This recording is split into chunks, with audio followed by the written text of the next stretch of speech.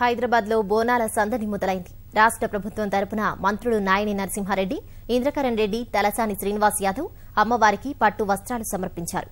అనంతరం ఘటాల ఊరేగింపు ప్రారంభమైంది. ప్రత్యక్ష ప్రసారం ద్వారా చూద్దాం.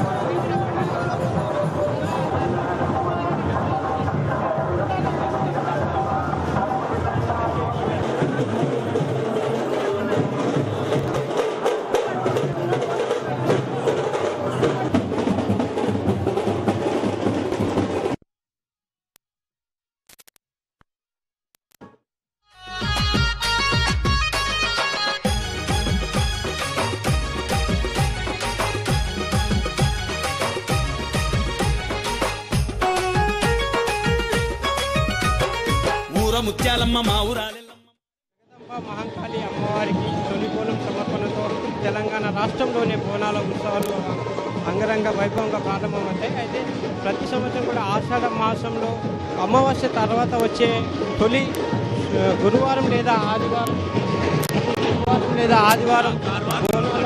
బోనాల ఉత్సవాలు జరుపుకోవడం సుమారు 200 సంవత్సరాల నుంచి ఆనవాయితీగా వస్తుంది. అయితే ప్రతి సంవత్సరం కూడా బోనాల ఉత్సవం సందర్భంగా కొత్తరాజుల విద్యార్థులు శివక్షేత్ర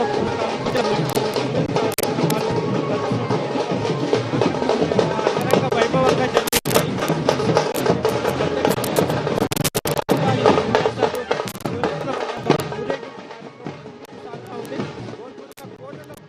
ఆటలాడుకుంటూ మొక్కులు చెల్లించి వద్దామా, కప్పు సబ్బులకు దరివేసి ఆడి బోనాలు తీసుకొనొద్దామా. బోనాలమ్మ బోనాలు తెలంగాణ బోనాలు,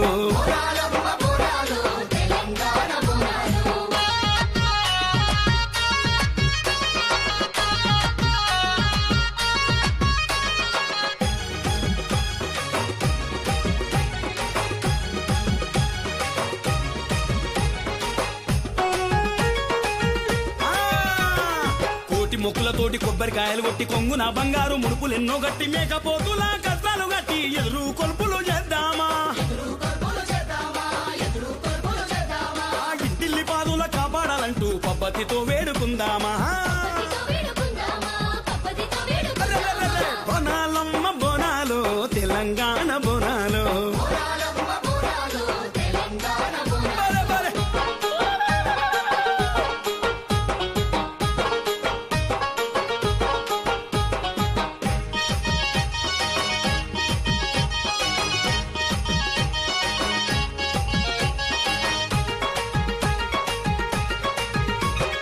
వానలు రావాలని కరువు పోవాలని కష్టాలు కన్నీళ్లు మాయమవ్వాలని పచ్చని పంటలు పండి పల్లెల సల్లగా చూడని మొక్కుదామా. ఇల్లా జల్లా సంతోషంగా ఉండాలని వేడుకుందామా.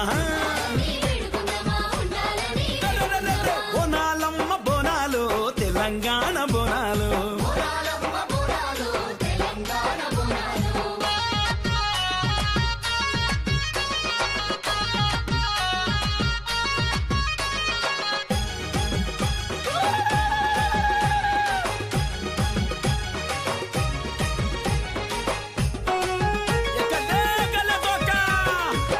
గజ్జలతోని డోలు దెబ్బలతోని పోత రాజులతోని పసుపు బండారితో శివసతులేసే సింధులా కండ్ల నిండుగా చూసొద్దామా. హర శంభో శంకర అంటూ భక్తితో పరవాసిద్దామా. బోనాలమ్మ బోనాలు తెలంగాణ బోనాలు,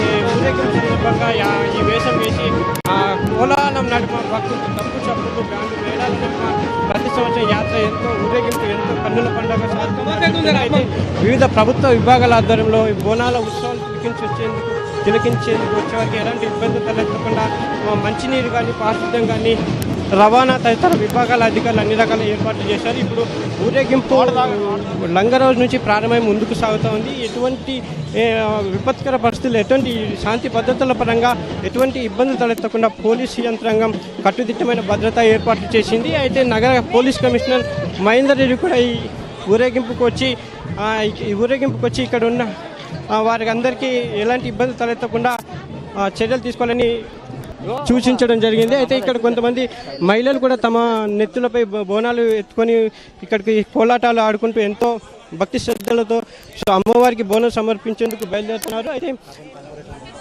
ప్రతి సంవత్సరం కూడా అమ్మవారికి ఎంతో భక్తి శ్రద్ధలతో బోనాలు సమర్పించడం వల్ల వర్షాకాలంలో వాతావరణ మార్పుల సందర్భంగా వచ్చే రోగాలు ఇతరత్ర రుగ్మతలను కూడా అమ్మవారు తొలగిస్తుందని చెప్పి కూడా భక్తులు ప్రగాఢంగా విశ్వసిస్తారు. అందుకని మొక్కులు చెల్లించేందుకు వచ్చే భక్తులు అమ్మవారికి బోనాలు సమర్పించిన తర్వాత తాము ఎల్లప్పుడూ సుఖంగా సంతోషంగా ఆనందంగా ఉండాలని తాము చేపట్టే కార్యక్రమాలు విజయవంతంగా ఫలవంతంగా శుభప్రదంగా పూర్తి కావాలని అమ్మవారిని వేడుకుంటుంటారు. మనం ప్రత్యక్షంగా చూస్తే వేప ఆకులతో తయారు చేసిన చుట్టూ వివిధ రకాల బొట్లతో ఎంతో అందంగా అలంకరించిన బోనాలను తీసుకొని ముందుకు సాగుతున్న పరిస్థితి ఉంది. అయితే మధ్యాహ్నం అయ్యేసరికి ఈ మార్గం మధ్యంలో ఉన్న ఊరేగింపు సాయంత్రానికి చోటా బజార్ ప్రాంతంలో ఉండే పూజారి నివాసానికి చేరుకోవడం జరుగుతుంది. అక్కడికి వెళ్ళిన తర్వాత అక్కడ ప్రత్యేక పూజలు నిర్వహించిన అనంతరం అమ్మవారి ఉత్సవ విగ్రహాలను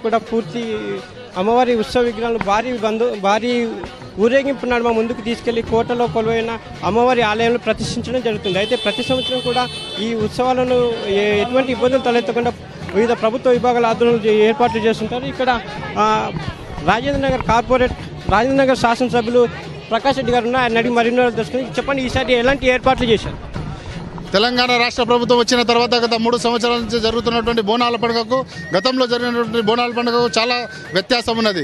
ఈసారి జరుగుతున్నటువంటి బోనాల పండుగకు ప్రభుత్వ పరంగా అన్ని విధంగా ఏర్పాట్లు చేయడం జరిగింది. మంచినీటి సౌకర్యం కానివ్వండి, వీధి లైట్లు కానివ్వండి, రోడ్ల విషయంలో కానివ్వండి ప్రభుత్వం ప్రత్యేకమైనటువంటి శ్రద్ధ తీసుకొని మా యొక్క మంత్రి వెళ్ళినటువంటి తలసాని శ్రీనివాస్ యాదవ్ గారు, మన హోమ్ మినిస్టర్ ఇంద్రకరణ్ రెడ్డి గారు, అదేవిధంగా నాయన్ నరసింహారెడ్డి గారు వీళ్ళందరూ మంత్రివర్యులు కలిసి ఇక్కడ బోనాల పండుగ యొక్క ప్రత్యేకతను చారిత్రాత్మకమైనటువంటి గోల్కొండ బోనాలను మొత్తం తెలంగాణ చాటచిట్టే విధంగా ఇక్కడ బోనాల పండుగకు భక్తులకు ఎలాంటి ఇబ్బంది కలగకుండా ప్రత్యేకమైనటువంటి చర్యలు తీసుకోవడం జరిగింది.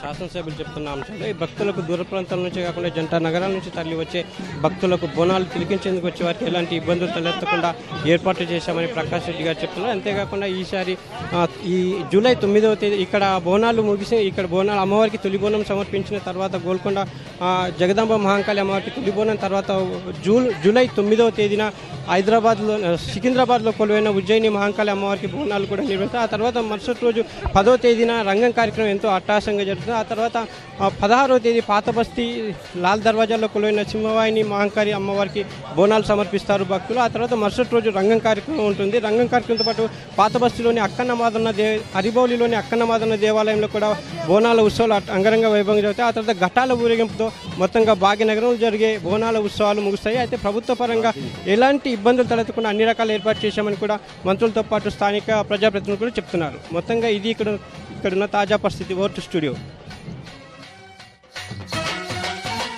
శ్రీగల్ల లస్కరికి సిరులిచ్చావు, పేరున్న పట్నంకే పేరిచ్చావు.